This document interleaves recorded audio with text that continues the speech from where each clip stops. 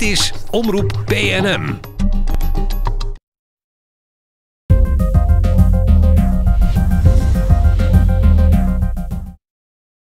Op de Schalberg zijn zoveel leuke dingen om te doen.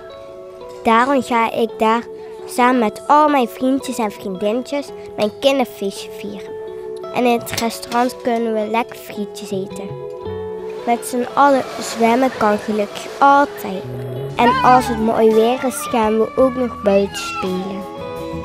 Als het regent, gaan we bowlen. Ik kan bijna niet kiezen. Ik heb al zoveel zin.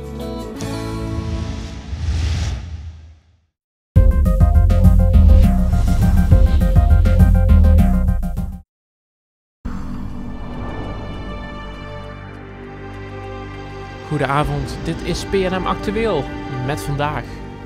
Lokale partijen, grote winnaars van de verkiezingen. CDA en lokaal PLMA's nemen initiatief voor vorming coalitie. En de voetbalderby tussen Kessel en Meijel.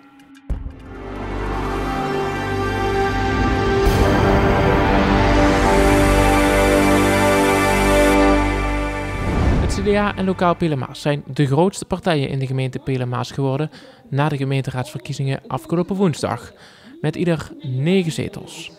Ondanks een verlies van 3 zetels blijft het CDA de grootste partij in PLMA's, met 3,3% meer stemmen dan lokaal PLMA's. Tegen de landelijke trend in denk ik dat we het nog heel goed gedaan hebben. We hebben een aantal stemmen, zijn we nog steeds de grootste.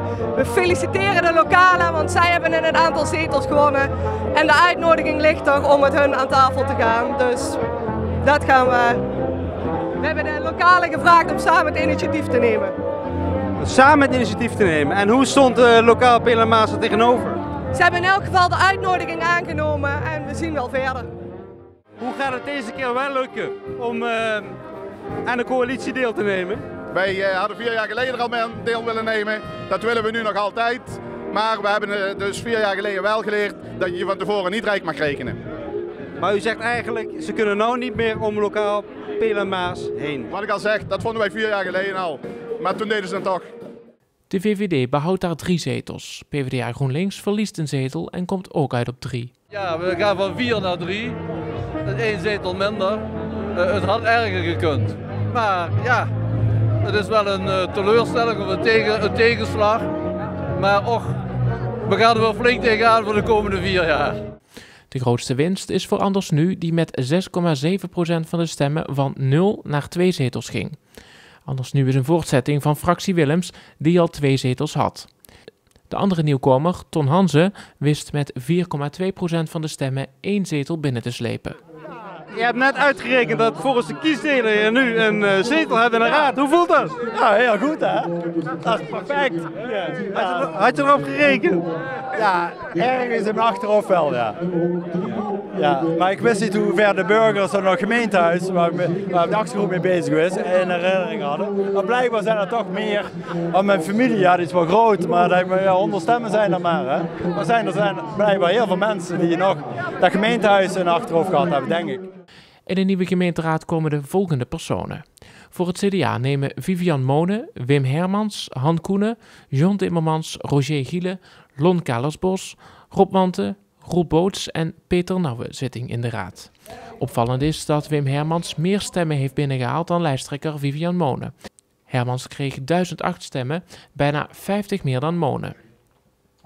Lokaal PLMA's gaat de raad in met Rob Willems, Jean Slots, Arno Jansen, Tini Valks, Saskia van Voort, Wie Naus, Peter Krameer, Roland van Kessel en Jan van Horen. De VVD en PvdA GroenLinks krijgen ieder 3 zetels. Voor PvdA GroenLinks komen Raf Jansen, Frits Berbe en Annetje Primowees in de raad. Voor de VVD zijn dit Paul Sanders, Geert Segers en Teun Heldens. De resterende zetels zijn voor Anders Nu met Jos Willems en Marij Peters en Ton Hanze die de kiesdrempel haalde met 734 stemmen.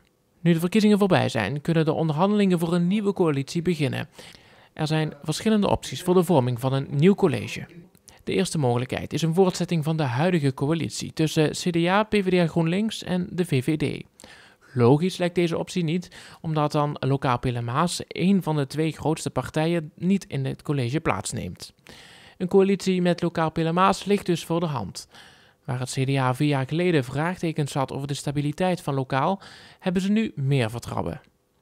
4 jaar geleden waren het 4 partijen. Hebben we inderdaad als CDA gedacht dat ze voldoende stabiel waren.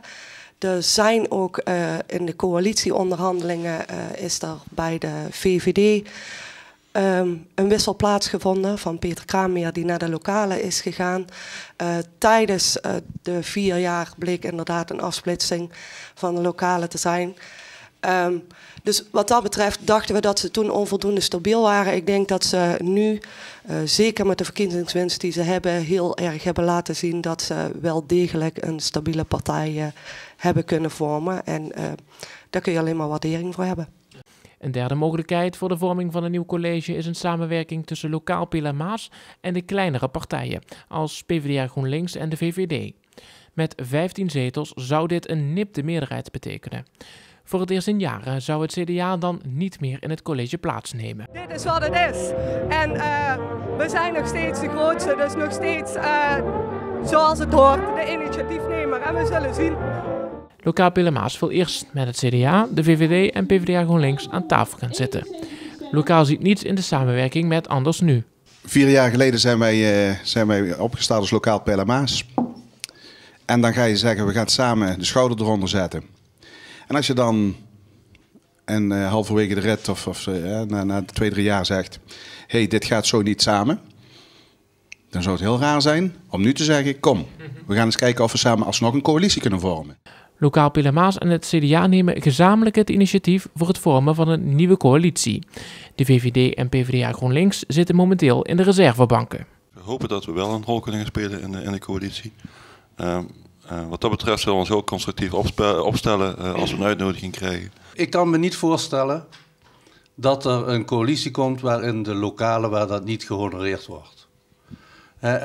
Want ik tel mijn overburen, zeg maar Jos en Ton, die tel ik daar ook bij. Dus je moet zeggen 9 en 3 is toch 12, die tel ik er ook bij, ongeacht of ze in de coalitie komen ja of nee. Het is een beweging die in gang gezet wordt. Ton Hansen sluit zichzelf uit voor een deelname in het college. Nee, daar heb ik geen ambitie in. Alhoewel, mijn sympathie gaat natuurlijk toch wel uit naar de lokale, omdat die, gezien mijn achtergrond, het gemeentehuis, stond die dichtst bij mij. Maar ik vind het belangrijkste is, voor mij even gezien, dat er zo goed mogelijk wethouders in de college komen. En waar die vandaan komen, maakt me eigenlijk niet uit. En het liefst had ik natuurlijk onafhankelijke wethouders in het college. De verkennende gesprekken voor een nieuwe coalitie zullen snel worden gestart. De nieuwe gemeenteraad wordt donderdag geïnstalleerd. Sportpark De Rode Egge, waar Major op bezoek komt bij de Toesclub Kessel. Kessel en Major willen allebei de aansluiting naar de topbewerkstellingen in de 4e klasse. De spelers komen het trein op en dan gaan we uiteraard direct beginnen. De eerste aanval voor de Majornaren, die gaat over de rechterkant. Die komt bij de achterlijn, die wordt voorgezet, maar de bal gaat helaas al direct over het doel. Opnieuw Major in de aanval, maar de bal wordt al gepareerd.